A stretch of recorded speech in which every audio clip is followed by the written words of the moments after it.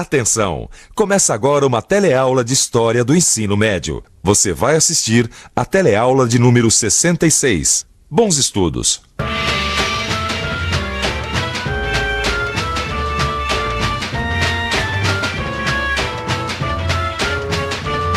Você já deve ter ouvido falar na Guerra Fria. Mas você sabe por que ela tem esse nome? Bom, se você não sabe, não se preocupe. A nossa teleaula de hoje vai contar direitinho essa história de Guerra Fria. Fique ligado. Na teleaula de hoje, a gente vai ver que depois da Segunda Guerra, a Europa perdeu a hegemonia mundial. Duas novas potências passaram a disputar a supremacia econômica e militar do planeta: os Estados Unidos e a União Soviética. A gente vai entender como a disputa entre as duas superpotências resultou na formação de dois blocos. Vamos ver como a corrida armamentista desencadeada pelas tensões da Guerra Fria colocou o mundo à beira da destruição total. E, finalmente, vamos conhecer os principais conflitos armados que marcaram a história do mundo no período da Guerra Fria.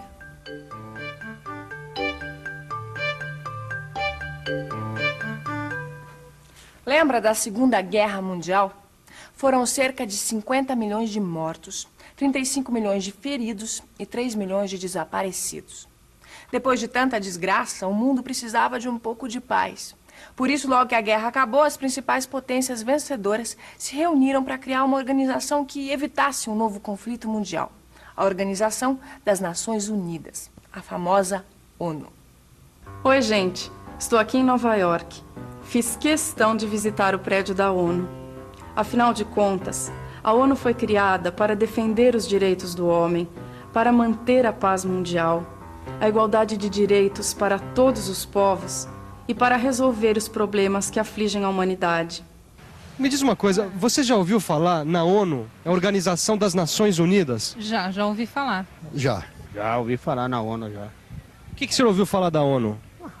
A ONU já ouvi, a Organização das Nações Unidas, né, referente a tudo que se passa pelo mundo. A ONU que eu sei é a Organização Internacional.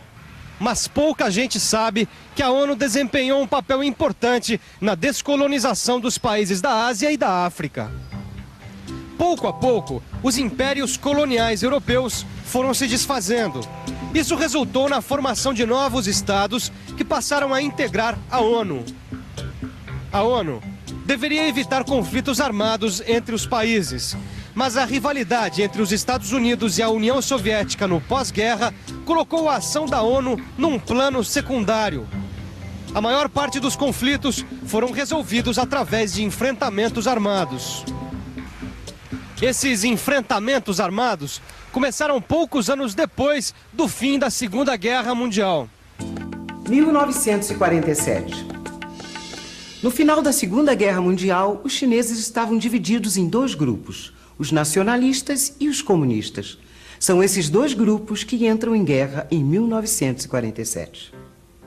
Os nacionalistas, liderados por Chiang Kai-shek, recebem apoio da burguesia chinesa e contam com o auxílio dos Estados Unidos. Os comunistas, liderados por Mao Tse-tung e Zhou Enlai, defendem a reforma agrária e o socialismo. São apoiados pela União Soviética. Apesar do apoio norte-americano, os nacionalistas perdem terreno rapidamente. 1º de outubro de 1949. Mao Tse-tung proclama a República Popular da China em Pequim. A China rompe relações com os Estados Unidos e se alia à União Soviética. Estados Unidos de um lado, União Soviética, que já não existe mais, do outro. Os dois grandes vencedores da Segunda Guerra. As duas superpotências do pós-guerra. Os dois grandes inimigos da Guerra Fria. Logo após a guerra, começou uma nova disputa imperialista entre as superpotências vencedoras, Estados Unidos e União Soviética. Os dois grandes rivais nunca se enfrentaram diretamente. Por isso, essa disputa ficou conhecida como a Guerra Fria. O que estava em jogo era o controle econômico e militar do mundo.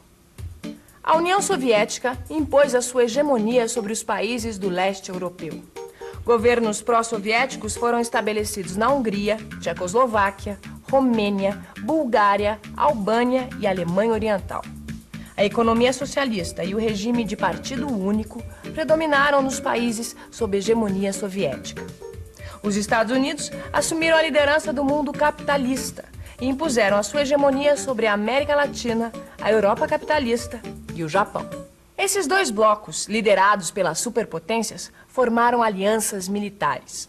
A OTAN, que significa Organização do Tratado do Atlântico Norte, reuniu os aliados dos Estados Unidos. O Pacto de Varsóvia reuniu os países sob influência soviética. As potências procuraram manter a hegemonia sobre as suas áreas de influência a qualquer custo.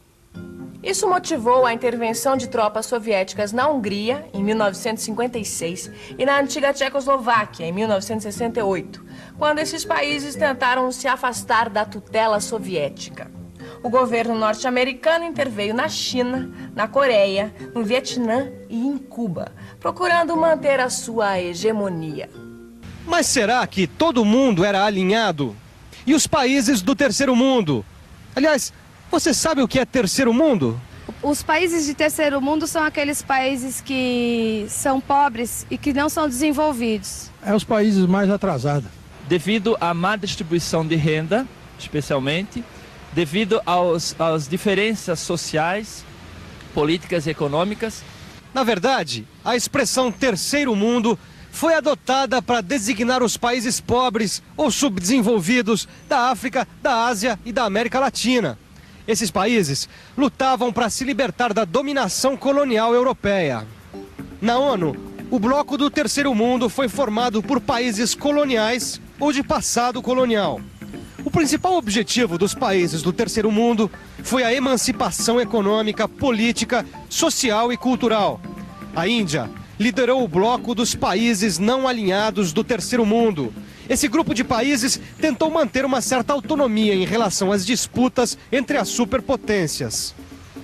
Como a gente já sabe, as superpotências nunca se enfrentaram diretamente. Mas a Guerra Fria desencadeou uma nova e custosa corrida armamentista entre as superpotências. O poder destrutivo das armas nucleares, químicas e biológicas capazes de destruir a humanidade impediu um confronto direto.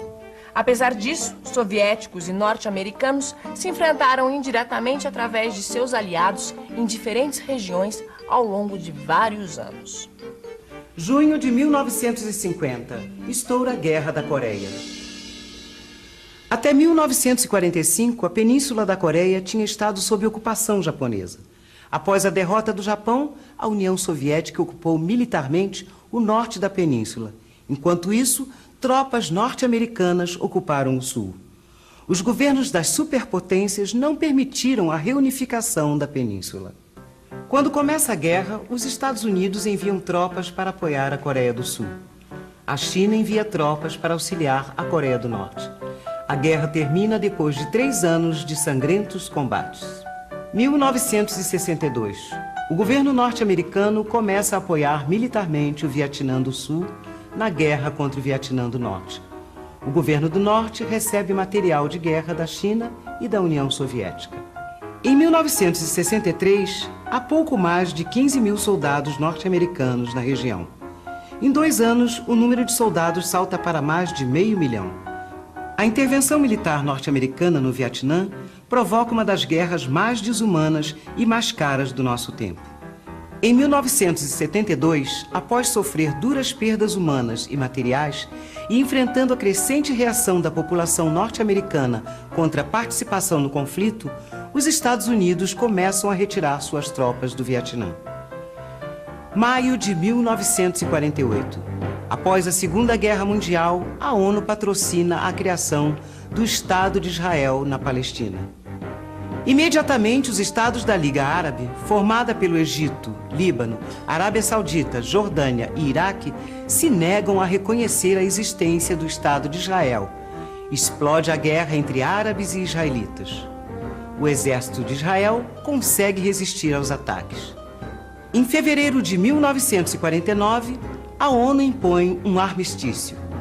Centenas de milhares de judeus de todo o mundo emigram para o novo Estado de Israel. No final de 1956, numerosos incidentes entre israelitas e árabes resultam numa nova guerra. Em 1967, após um violento ataque a seus vizinhos árabes, Israel ocupa a península de Sinai, a faixa de Gaza e a Cisjordânia. a ONU consegue impor um cessar-fogo, mas a paz parece nunca chegar a essa região. Janeiro de 1959. O governo pró-norte-americano de Fulgêncio Batista é deposto pela guerrilha liderada por Fidel Castro. O movimento revolucionário cubano pretende acabar com a dominação neocolonialista dos Estados Unidos em Cuba e, ao mesmo tempo, introduzir mudanças na sociedade.